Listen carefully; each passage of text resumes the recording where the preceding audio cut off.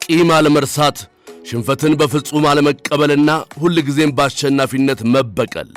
ዶናልድ ትራምፕ ላለፉት ዓመታት በአሜሪካ ፖለቲካ ውስጥ የገነቧቸው ዋና ዋና ደንቦች እነዚህ ናቸው። አሁን ደግሞ በሁለተኛው የሥልጣን ዘመናቸው እነዚህን ደንቦች በተግባር ለማሳየት የሀገሪቱን ካዝና ከፍተዋል። ትራምፕ በባይደን አስተዳደር ተበድለናል ለሚሉ ወዳጆቻቸው የሚከፈል የ$1.776 ቢሊዮን የካሳ ፈንድ ይፋ ማድረጋቸው ዋሽንግተንን በከፍተኛ ውዝግብ አናውጧታል። ይህ እርምጃ የአሜሪካን ዴሞክራሲ ተቋማት የመጨረሻ መግጫ ነው ወይንስ ትራምፕ ለደጋፊዎቻቸው የገቡት እኔ የእናንተ በቀል ነኝ የሚለው ቃል ማረጋገጫ? የዛሬው ዓለም አቀፍ ትንታኔ ዘገባችን በዚህ ጉዳይ ዙሪያ የተሰነዘሩ ጠንካራ ሐሳቦችን ይዟል። ሊዲያ አበባ አዘጋጅተዋለች። ክብሮም ወርቁ አቀርበዋለሁ።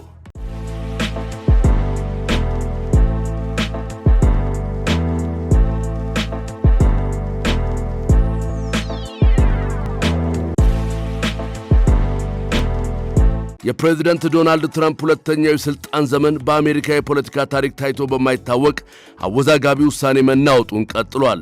ትራምፕ በባይደን አስተዳደር ዘመን ያለ አግባብ ተለይተን ተጠቅተናል ለሚሉ የፖለቲካ አጋሮቻቸው የሚውል የ$1.776 ቢሊዮን ግዙፍ የካሳ ፈንድ ማቋቋማቸውን የፍትሕ ሚኒስቴሩ አስታውቋል። አንጋፋ የፖለቲካ ተንታኙ ስቴቨን ኮሊንሰን ይህን እርምጃ እንዲህ ሲል ይተነትነዋል። ይህ ፈንድ በአንድ ወቅት የአሜሪካ ፕሬዝዳንትነትን ስም በማይጠፋ መልኩ የሚያጎድፍ ቅሌት ሊሆን ይችል ነበር። ነገር ግን ትራምፕ ላለፉት ዓመታት የቢሮውን የሥነ ምግባር ደንቦች ደጋግመው የሰባበሩ በመሆናቸው አሁን የአሜሪካ ሕዝብ በእንዲህ አይነት አስደንጋጭ ውሳኔዎች የመደንገጥ አቅሙ የደከመ ይመስላል ይላል።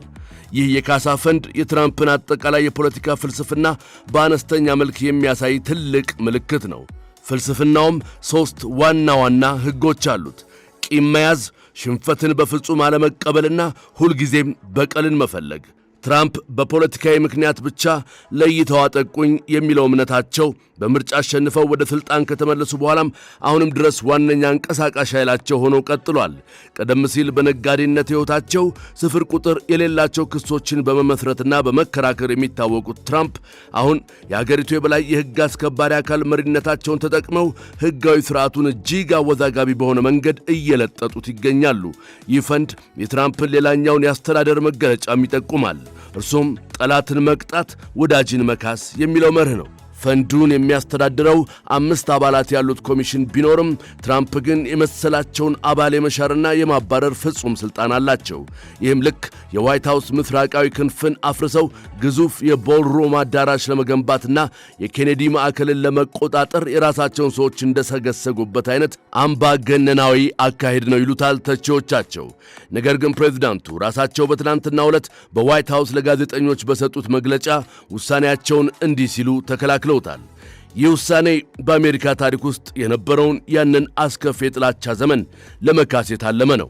እነዚህ ሰዎች እጅግ አረመኔያዊ በሆነ መልኩ በበቀል የተጠቁ ወዳጆቻችን ናቸው። አሁን የምናደርገው ለሕግ ባለሙያዎች የከፈሉትንና ለደረሰባቸው ሰቆቃ የሚገባቸውን የገንዘብ ካሳ መመለስ ብቻ ነው። ይሁን እንጂ የዚህ ፈንድ ትልቁ አነጋጋሪ ነጥብ ሌላ ነው።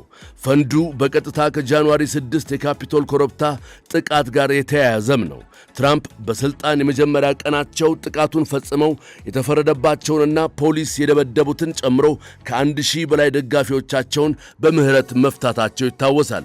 አሁን ደግሞ እነዚሁ የምርጫ ማረጋገጫ ሂደቱን ያደናቀፉና በአመፅ የተሳተፉ ግለሰቦች ከታማኝ አሜሪካውያን ግብር ከፋዮች በሚሰበሰብ ገንዘብ የዶላር እሽግ ሊያፍሱ እንደሚችሉም ተገልጿል። ይህ ደግሞ ለአሜሪካ ዴሞክራሲ ሌላ ትልቅ ጥቃት ነው ይላሉ ተቃዋሚዎቻቸው። በተጨማሪም የገንዘብ አጠቃቀም ሥልጣን በሕገ መንግሥቱ መሠረት የኮንግረስ እንጂ የፕሬዝዳንቱ ባለመሆኑ ጉዳዩ ወደ ጠቅላይ ፍርድ ቤት የሚያመራ ትልቅ የሕግ ጦርነት እንደሚቀሰቅስ ምንም ጥርጥር የለውም። ትራምፕ በምረጡኝ ዘመቻቸው ወቅት ለደጋፊዎቻቸው እኔ የእናንተ በቀል ነኝ ብለው ነበር። ይህ እርምጃ ያን የገቡትን ቃል የመፈጸሚያ መንገድ ነው። ይህ ፈንድ የተገኘው ትራምፕ የውስጥ ገቢ አገልግሎት ወይም IRS የግብር ሰነዶችን አሳልፈው ሰጥቶብኛል በሚል በሀገሪቱ ላይ ከመሰረቱት የ$10 ቢሊዮን ክስ ስምምነት ነው።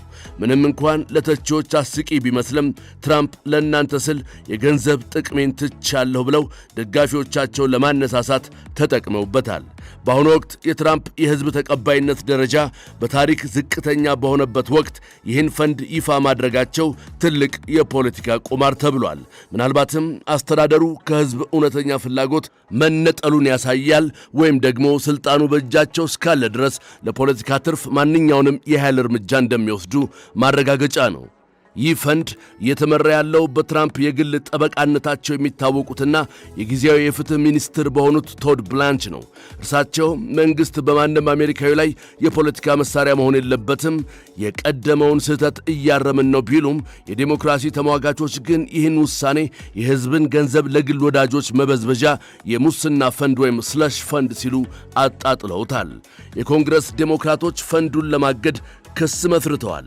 ሴናተር ሮን ዋይደን በኤክስ ገጻቸው ትራምፕ ለቀኝ ዘመም የፖለቲካ አመፀኞች የ$1.7 ቢሊዮን የሙስና ፈንድ አዘጋጅተዋል፣ ይህ በታሪክ ትልቁ የሕዝብ ገንዘብ ዘረፋ ነው ሲሉም ክስ ሰንዝረዋል። አሁን ጥያቄው ያለው በሪፐብሊካን ፓርቲ አባላት ላይ ነው። በፓርቲው የሚወደዱትን ፕሬዝዳንት ይከላከላሉ ወይንስ የራሳቸውን የፖለቲካ ዕጣ ፈንታ አደጋ ላይ የሚጥለውን የትራምፕን ቁጣ በመፍራት ዝምታን ይምረጡ? ይህ አጣብቂኝ ውስጥ የገቡት የሪፐብሊካኖች ቀጣይ ፈተና ይሆናል። ኤቢሲ ኒውስ የፈንዱ መነሻ ትራምፕ በግል የውስጥ ገቢ አገልግሎት ወይም IRS ላይ የመሠረቱትን የ$10 ቢሊዮን ክስ እንዲያነሱ ከተደረገ በኋላ የመጣ የስምምነት ውጤት መሆኑን ይፋ አድርጓል። መጀመሪያ ላይ የፍትህ ሚኒስቴር ጠበቆች ለትራምፕ በቀጥታ የገንዘብ ካሳ ለመስጠት የሕግ ምክንያት ለመፍጠር ሞክረው የነበሩ ቢሆኑም ክሱን የሚከታተሉት ዳኛ ፕሬዝደንቱ ራሳቸው በሚመሩት መንግሥት ላይ እንዴት በከሳሽነትና በተከሳሽነት ይደራደራሉ የሚል ጥያቄ በማንሳታቸው ጉዳዩን ወደ ወዳጆቻቸው ፈንድ እንደቀየሩት ዘግቧል።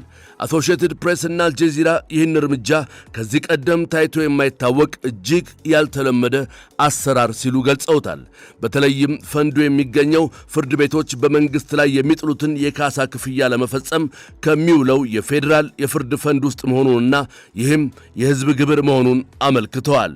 ተቃዋሚዎችና የሕዝብ ተሟጋች ድርጅቶች ጉዳዩን የታሪክ ትልቁ የሙስናና የራስን ጥቅም የማስከበር ሴራ አድርገውታል። የሕዝብ ተሟጋች ድርጅት ተባባሪ ፕሬዝዳንቶች ሊዛ ጊልበርትና ሮበርት ዌስማን በሰጡት መግለጫም ይህ ዕቅድ በቀጥታ የጃንዋሪ 6 አመፀኞችን መክፈያ ፈንድ ከማቋቋም አይቆጠርም፣ ትራምፕና የተቆጣጠሩት የፍትህ ሚኒስቴር ለደጋፊዎቻቸውና ለቅርብ ሰዎቻቸው የሕዝብን ገንዘብ ለማከፋፈል የፈጠሩት የሙስና መረብ ነው። ሪፐብሊካን ፓርቲን በመወከል የሕዝብ ተወካዮች ምክር ቤት አባል የሆኑት ጄሚ ራስኪን ጉዳዩን የዘረፋ ወንጀል ሲሉ በመጥራት ይህ ዕቅድ $1.7 ቢሊዮን ከሀገሪቱ ካዝና አውጥቶ ትራምፕ ዋይት ሃውስ ለሰበሰቧቸው የአመፅ ኃይሎች ፖሊስ ለደበደቡና የነጭ የበላይነት አራማጆች ለመስጠት የተዘጋጀ የሙስና ፈንድ ነው ብለዋል። በሌላ በኩል የትራምፕ ደጋፊዎችና የሕግ ቡድናቸው እርምጃውን ፍትሕን የማስፈኛ መንገድ አድርገው ያቀርቡታል። ጊዜያዊ የፍትሕ ሚኒስትር ቶድ ብላንች ይህ አሰራር በፖለቲካና በአስተሳሰብ ልዩነት ምክንያት በመንግሥት ተለይተው ጥቃት ለደረሰባቸው ሰለባዎች የተዘጋጀ ሕጋዊና ፍትሐዊ ሁኔታ ነው ብለዋል። የትራምፕ የቅርብ አጋር የሆኑት ሴናተር ሮን ጆንሰን ውሳኔውን በመደገፍ የፌዴራል መንግሥት ዜጎቹን ያለ አግባብ ሲያጠቃና ሲበድል ለደረሰባቸው ጥቃት ካሳ መክፈል ግዴታ አለበት በማለት የትራምፕን እርምጃም ተከላክለዋል። የሕግ ባለሙያዎች እንደሚያመለክቱት ይህ ፈንድ በአሜሪካ ታሪክ ፕሬዝዳንቱ የራሳቸውን አስተዳደር ከከሰሱበትና መልሰው በራሳቸው ፈቃድ የካሳ ስምምነት ካደረጉበት አሻሚ የሕግ ጥሰት ጋር የተያያዘ በመሆኑ ጉዳዩ በቀጣይ ቀናት ወደ ከፍተኛ ፍርድ ቤት መሄዱ አይቀሬ ነው።